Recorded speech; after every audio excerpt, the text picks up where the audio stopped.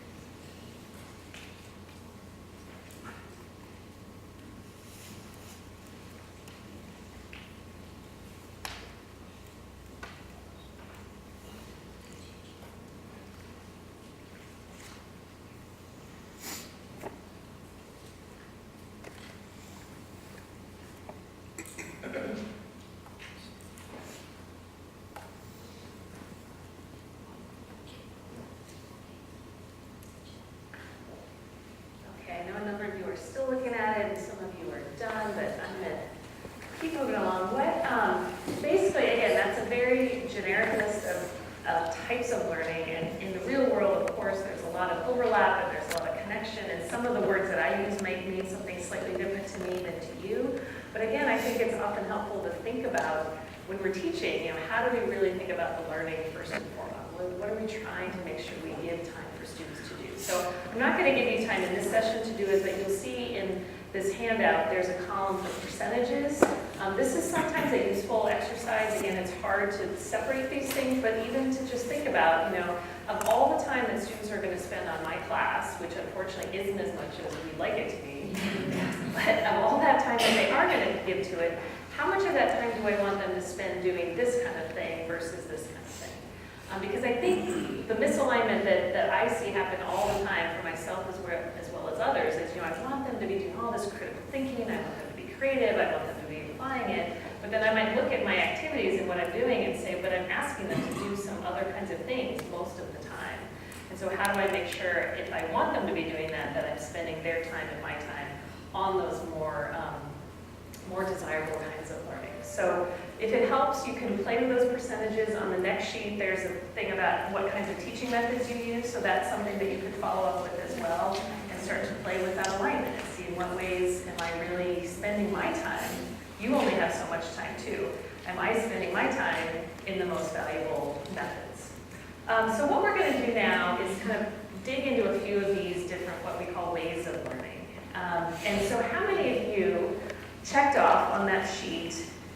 Let's see, it would be the first, nope, sorry.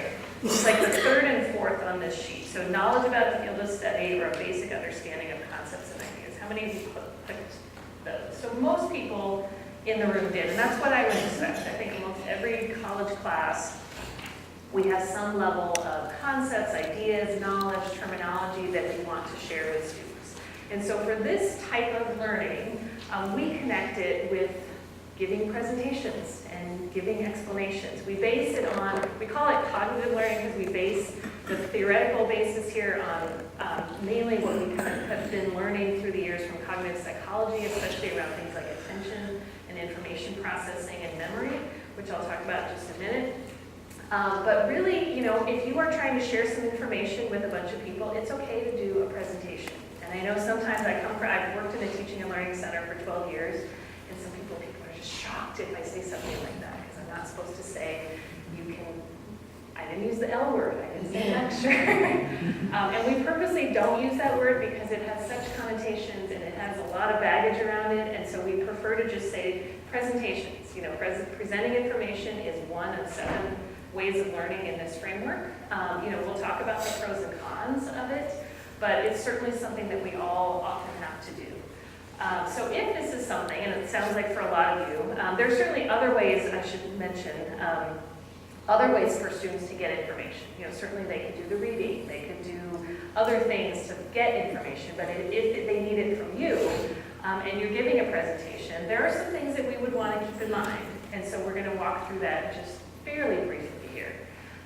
So some of you might be cognitive psychologists and you might be horrified at how oversimplified this chart is right now. But this is a very, very simplified view. See, I've already got a nodding head there. Of kind of how we take in and intend to and process and remember information, according to a lot of folks in this world. So, you know, one of the things is attention. And this is kind of a big topic now because I think attention is scarce for a lot of us, for our students. I mean, I've got 2 kids. I feel like I just argue about put your phone away all the time. That's just kind of where we are as a society. But what we've learned through a lot of the years of, you know, different kinds of studies is that we actually are pretty good at paying attention as humans. We can really focus in on things when we want to. Some people have even said attention is like a spotlight. Like we can, you know, almost be blind to things going on the outside. Have you all seen, I used to show this, but there's like the invisible gorilla video or some of those where you're asked to focus on something and you're so intently focused on it that you completely miss other things going on. For those of you that don't know, I'm like, why is she talking about a gorilla all of a sudden?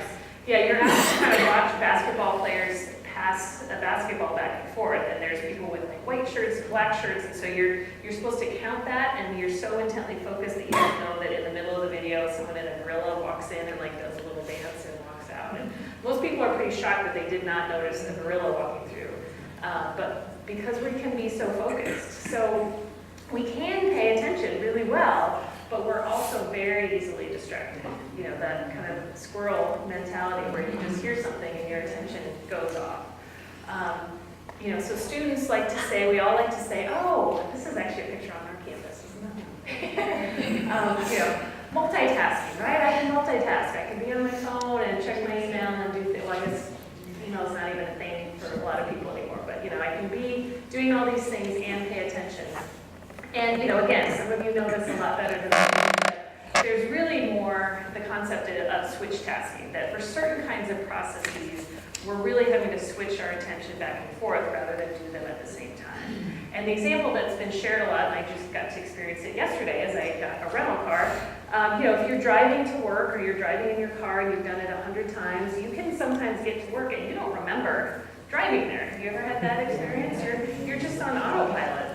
And you can drive people around your town in your car and have conversations and talk about things and listen to the radio. And you can do those 2 different things because one of those processes has become more of, you know, kind of a procedural type thing where you're not using the same processes that you need to have that conversation. But if all of a sudden, like I was yesterday, you rent a car, you're in a brand new town, you don't know where you are, you can't all of a sudden do that. You can't have this very intense conversation as you're driving a new car in a new town. Even though it's the same kind of process, it's become something that uses up more of your brain, and these are, you know, not using very scientific words here, but the point is that, you know, we really can't, there's certain things we can do at the same time, and there's certain things we can't do. And things like reading and talking, we can't really do both of those at the same time. So if the student's in your class, and they're talking, or they're reading something, or they're scrolling through, they're not really doing them both at the same time. They're switching back and forth, and they're losing some processing time every time they do that. there's tons of the studies out there. One of my favorites that I share with my teenager all the time is, you can give kids a 30-minute task with no devices, and they can do that task in 30 minutes because it's a 30-minute task. And then if you say you can have your phone and all these other things out, often it will take people up to 2 hours to do that 30-minute task because they're just having to refocus every time they switch back and forth.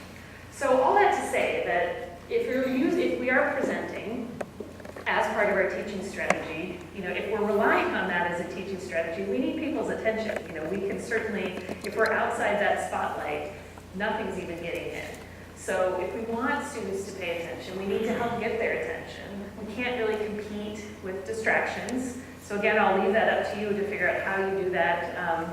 At my campus, we were one of the first, back when this was actually a thing, like one of the first laptop universities where students were supposed to buy a laptop and bring it to school, and that was wonderful. It was a great marketing tool. Most of the faculty were like, oh my gosh, what did we just do? Now we've created these classrooms where we're competing all the time. So we've had a lot of discussions about screen up and screen down time and all, letting the students set the rules, all sorts of strategies, which we won't have time for now. But all that to say that, think about it. If it is an issue in your classes and you're relying on that as a teaching method, it's probably